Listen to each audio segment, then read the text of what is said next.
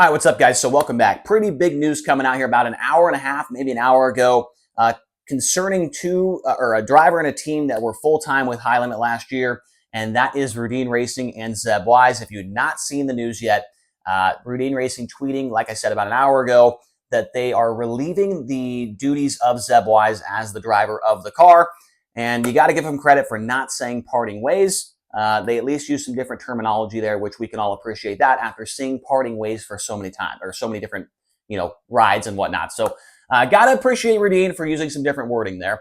But unfortunately for Zeb Wise, after a really, really tough year, his time inside of that car has come to an end.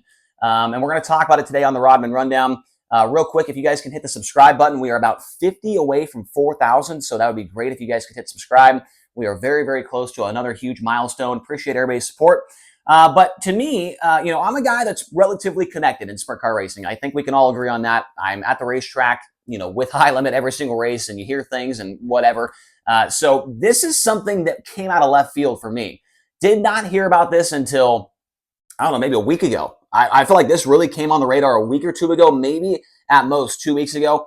And it was not in anybody's vocabulary as far as silly season goes that Zeb Wise was involved in anything going on as far as, getting fired or going somewhere else. This came together relatively recently. So Kevin Rudeen making the decision to let Zeb Wise go. And, in my opinion, Kevin Rudeen is a very loyal guy. He's loyal to his sponsors. He's loyal to series. He's loyal to drivers. He's loyal to crew chiefs. He keeps guys around for at least 2 or 3 years. It seems like he did it with Corey Eliason. He's done it with the crew chief, Tyler Tessemaker, and he did it with Zeb Wise for 2.5 years. And apparently, he did not like the results this year, which you cannot blame him. We'll talk about more of that in here in just a moment. But that leaves Zeb Wise looking for a ride. And a guy, in my opinion, that, maybe he had a tough year, but he could still get the job done. He just, maybe it's like Spencer Bayston. Maybe he just needs a change of scenery. But we're going to look at these numbers here, and it's going to be interesting because it was a climb up to the peak of Mount Everest, and then he fell off the side of it with no parachute, no hang glider or anything. He came crashing back down after a really tough year with High Limit. And we know the High Limit's tough. It's a tough series. It's a tough group of guys last year. And so let's look at this. So in 2022, Zeb Wise was full-time with the All-Star Circuit of Champions. For the first half of the year, he was not driving the Rudine car. He was driving his own number 10 with Wayne Pretty. They had won 2 races. They had a really good average finish. They were up there in the point standings. And then Corey Eliason gets let go from Rudine. Zeb Wise, the new driver. They continue on the rest of the year with the All-Star Circuit of Champions. And during that time, he runs 21 races to finish out the year. 0 wins, 2 top 5s, 9 top 10s. He led 6 laps, had a 10.7 average finish. And we don't have the points on the board because he was running 2 different cars. I could have put it on there, but it just wouldn't really make much sense because we're talking specifically about the 26 car. So no points to talk about in 2022. 2023 is a breakout year for Zeb Wise, the greatest year of his racing career without a doubt.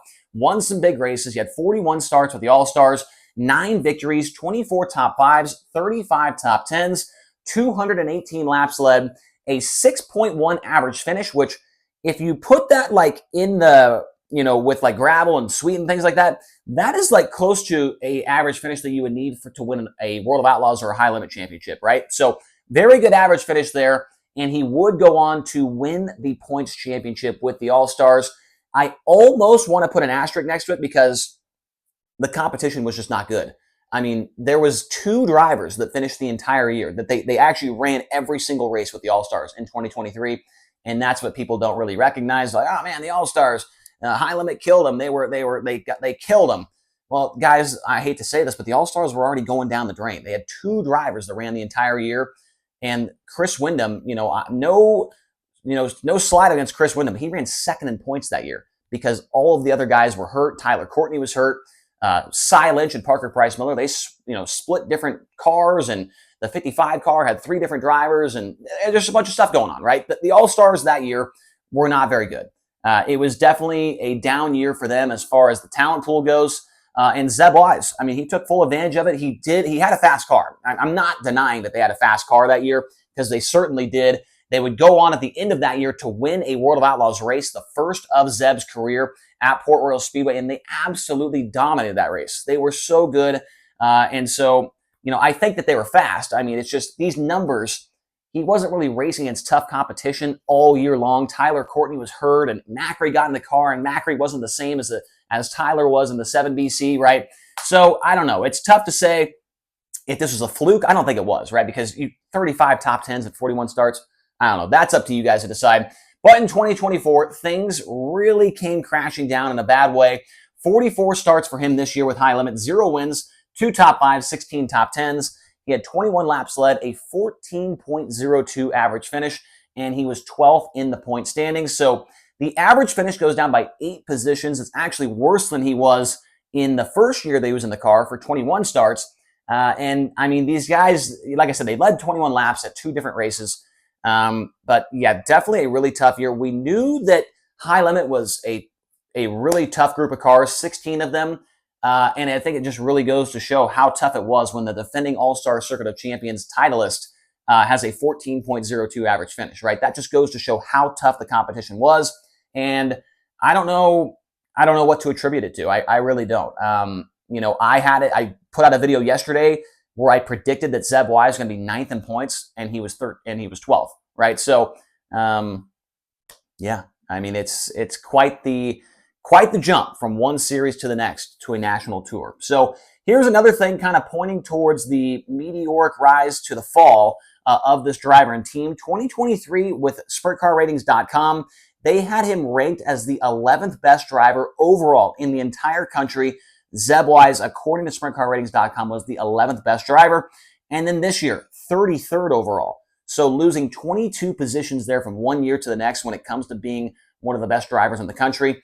33rd, still pretty good, but it's not 11th, so that's a pretty big difference there. My next bullet point there, is it all on Zeb Wise? No, it's not. I don't think it is. You'll see a lot of comments from people on Facebook and Twitter saying that, it's the car, it's the engines, it's the crew chief, yada, yada, yada. For me, I think that it's not all on Zeb. I mean, you don't do all of these great things here and then go to like this because of the driver having, something go wrong, right? I mean, there's got to be some other contributing factors there that cause this to happen.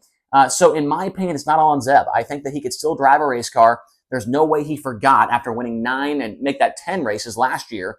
There's just no way he forgot. He did win a race this year. He won at Dirt Cup during the prelim night there, and he showed some speed here and there. But to me, it's just maybe the car wasn't right every night. Maybe it was very inconsistent. He couldn't get comfortable. Maybe this is a situation for Zeb where it's kind of like Spencer Bayston. He needs a change of scenery. Maybe he gets in a different car and it just clicks immediately and he's right back to where he needs to be, contending for top 5s, average finish below 14. Maybe that could be it. We'll have to wait and see what happens. Now, the next thing I have on there is Justin Peck is rumored to be in this car. So that's kind of the hot rumor right now, is that Justin Peck is the driver potentially next year with Rudine Racing. And more than likely, they would be on the High Limit Racing Tour. As I mentioned a moment ago, Rudine is very loyal to sponsors, drivers, in series. He ran last year with High Limit. He had 2 races, a big one at Skagit for 3 nights for $100,000 with High Limit. He ran his Race Rudine Foundation event with High Limit as well. So you have to, all signs pointing towards a return to High Limit for Kevin Rudine's 26, and if Justin Peck is the driver, also being there as well. Now, what does Zeb's future hold? I think that there's plenty of cars out there right now that will be calling him and have him on his radar.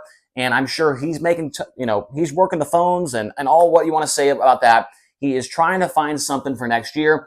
He did put out in his tweet or his X post, whatever you want to say, that, he would hopefully have some information, some updates for us coming up in the next few weeks. I think that Zeb Wise will find a car to run next year.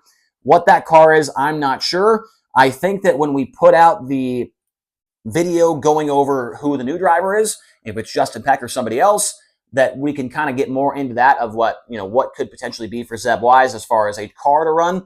We can go over some options and see maybe if one of those could potentially be the one for him. But for right now, we're going to leave it at that. I think that Zeb Wise will 100% have a car for next year to run, and more than likely will be on a tour, because you don't have all of this experience and have nobody calling you at the end of the day, right? So I think that is something to definitely keep in mind with him. And the final thing I have down there, this right here may have been the nail in the coffin for Zeb Wise. Trey Starks drove the car at Trophy Cup, which was a pretty big deal because nobody saw that coming. Everybody thought Zeb's going to Trophy Cup, yada, yada. They take him out of the car, put Trey Starks in it. he goes out there and wins the finale of the Trophy Cup. Now, I understand the Trophy Cup format is kind of weird. The high point guys start all at the back, and the kind of the lower point guys start at the front.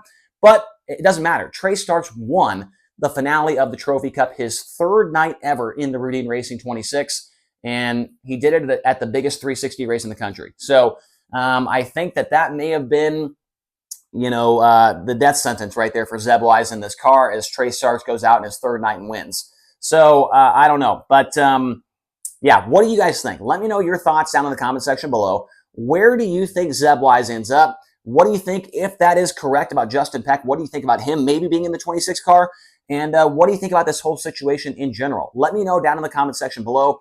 Also, hit the subscribe button, hit the like button, and we will talk to you again maybe tomorrow, if not Sunday. But make sure to stay tuned here to the channel, and we'll talk to you guys again here very soon.